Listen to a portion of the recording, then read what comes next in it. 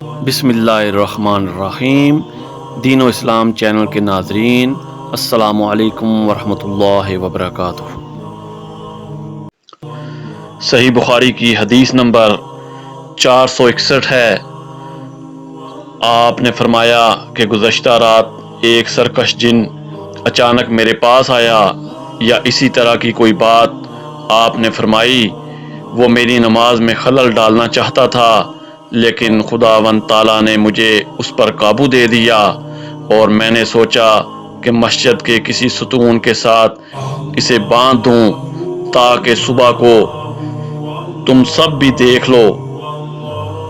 پھر مجھے اپنے بھائی سلیمان کی یہ دعا یاد آ گئی جو سورہ سواد میں ہے: اے میرے رب، مجھے ایسا ملک عطا کرنا جو میرے بعد کسی کو حاصل نہ ہو۔ راوی حدیث نے روح سے بیان کیا کہ حضرت صلی اللہ علیہ وسلم نے اس شیطان کو ذلیل کر کے دھتکار دیا۔ اسی طرح صحیح بخاری کی حدیث نمبر 362 ہے۔ رسول اللہ صلی اللہ علیہ وسلم نے کچھ سوار نجد کی طرف بھیجے جو تعداد میں 30 تھے۔ یہ لوگ بنو خفیفہ کے ایک شخص کو جس کا نام ثمامہ بن عسال تھا پکڑ کر لائے۔ انہوں نے اسے مسجد کے ایک ستون سے باندھ دیا۔ پھر رسول اللہ صلی اللہ علیہ وسلم تشریف لائے، اور تیسرے روز ثمامہ کی نیک طبیعت دیکھ کر آپ نے فرمایا کہ ثمامہ کو چھوڑ دو۔ رہائی کے بعد وہ مسجد نبوی سے قریب ایک کھجور کے باغ تک گئے اور وہاں غسل کیا۔ پھر مسجد میں داخل ہوئے اور کہا: اشہد ان لا الہ الا اللہ وان محمد رسول اللہ۔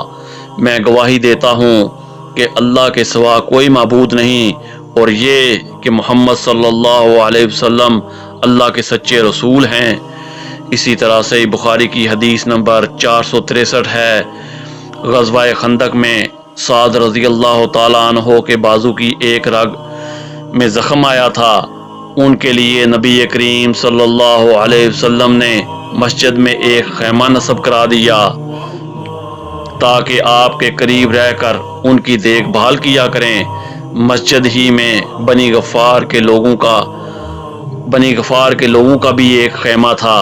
سعد رضی اللہ تعالیٰ عنہ کے زخم کا خون جو رگ سے بکثرت نکل رہا تھا بہہ کر جب ان کے خیمے تک پہنچا تو وہ ڈر گئے۔ انہوں نے کہا کہ اے خیمے والو، تمہاری طرف سے یہ کیسا خون ہمارے خیمے تک آ رہا ہے؟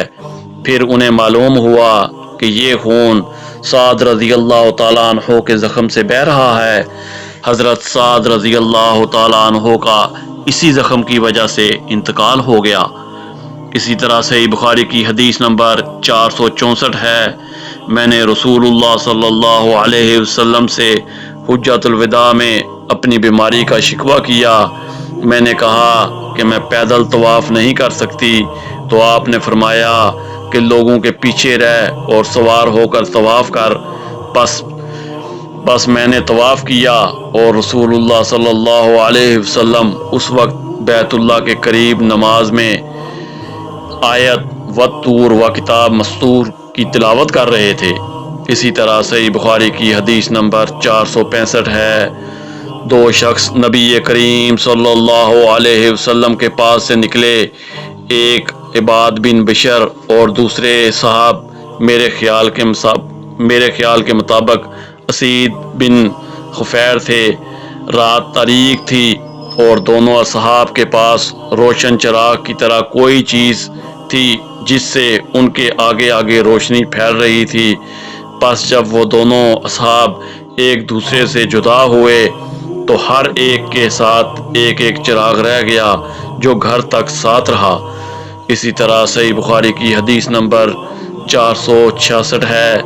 ایک دفعہ رسول کریم صلی اللہ علیہ وسلم نے خطبے میں فرمایا کہ اللہ تعالیٰ نے اپنے ایک بندے کو دنیا اور آخرت کے رہنے میں اختیار دیا کہ وہ جس کو چاہے اختیار کرے۔ بندے نے وہ پسند کیا جو اللہ کے پاس ہے یعنی آخرت۔ یہ سن کر ابو بکر رضی اللہ تعالیٰ عنہ رونے لگے۔ میں نے اپنے دل میں کہا کہ اگر خدا نے اپنے کسی بندے کو دنیا و آخرت میں سے کسی کو اختیار کرنے کو کہا اور اس بندے نے آخرت پسند کر لی تو اس میں ان بزرگ کو رونے کی کیا وجہ ہے؟ لیکن یہ بات تھی کہ بندے سے مراد رسول اللہ صلی اللہ علیہ وسلم ہی تھے، اور ابو بکر ہم سب سے زیادہ جاننے والے تھے۔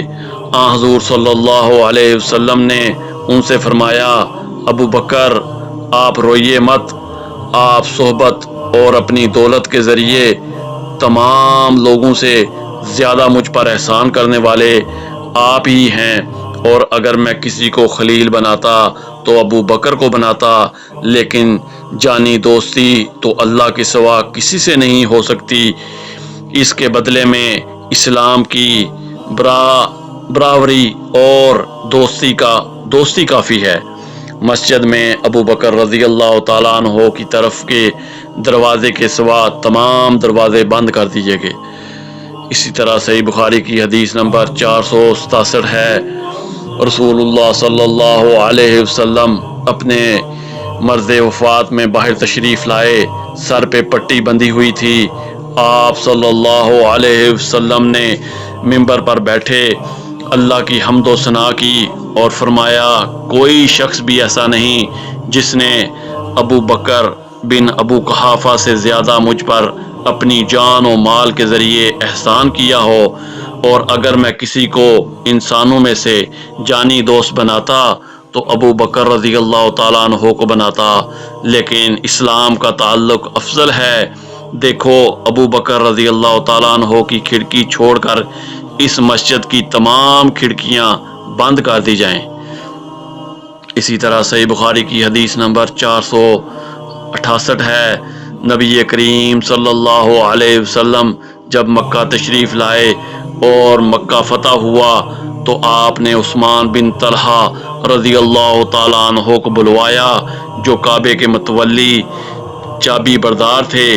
انہوں نے دروازہ کھولا تو نبی کریم صلی اللہ علیہ وسلم، بلال، اسامہ بن زید اور عثمان بن طلحہ چاروں اندر تشریف لے گئے۔ پھر دروازہ بند کر دیا گیا اور وہاں تھوڑی دیر تک ٹھہر کر باہر آئے۔ ابن عمر رضی اللہ تعالیٰ عنہ نے فرمایا کہ میں نے جلدی سے آگے بڑھ کر بلال سے پوچھا کہ حضرت صلی اللہ علیہ وسلم نے کعبہ کے اندر کیا کیا؟ انہوں نے بتایا کہ حضرت صلی اللہ علیہ وسلم نے اندر نماز پڑھی تھی۔ میں نے پوچھا کس جگہ؟ کہا کہ دونوں ستونوں کے درمیان۔ عبداللہ بن عمر رضی اللہ تعالیٰ عنہ نے فرمایا کہ یہ پوچھنا مجھے یاد نہ رہا کہ آپ نے کتنی رکعتیں پڑھی تھیں۔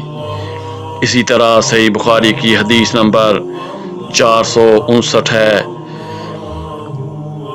رسول اللہ صلی اللہ علیہ وسلم نے کچھ سواروں کو نجد کی طرف بھیجا تھا۔ وہ لوگ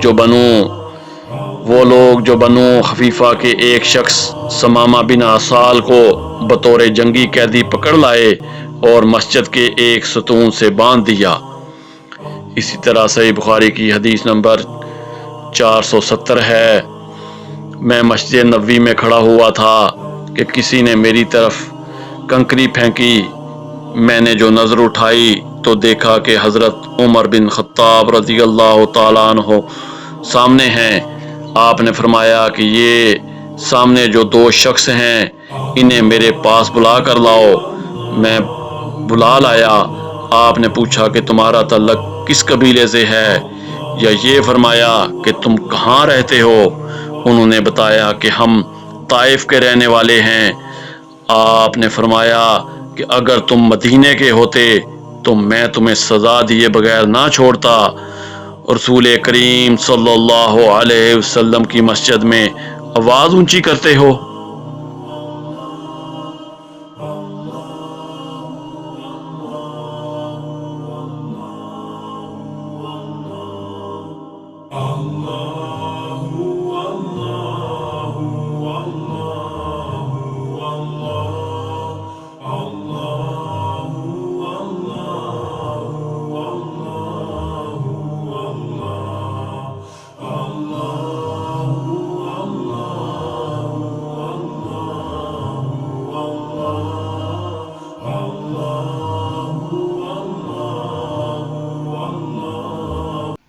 قرآن و حدیث کی تعلیمات کے لیے دین و اسلام چینل کو لائک اور سبسکرائب کریں۔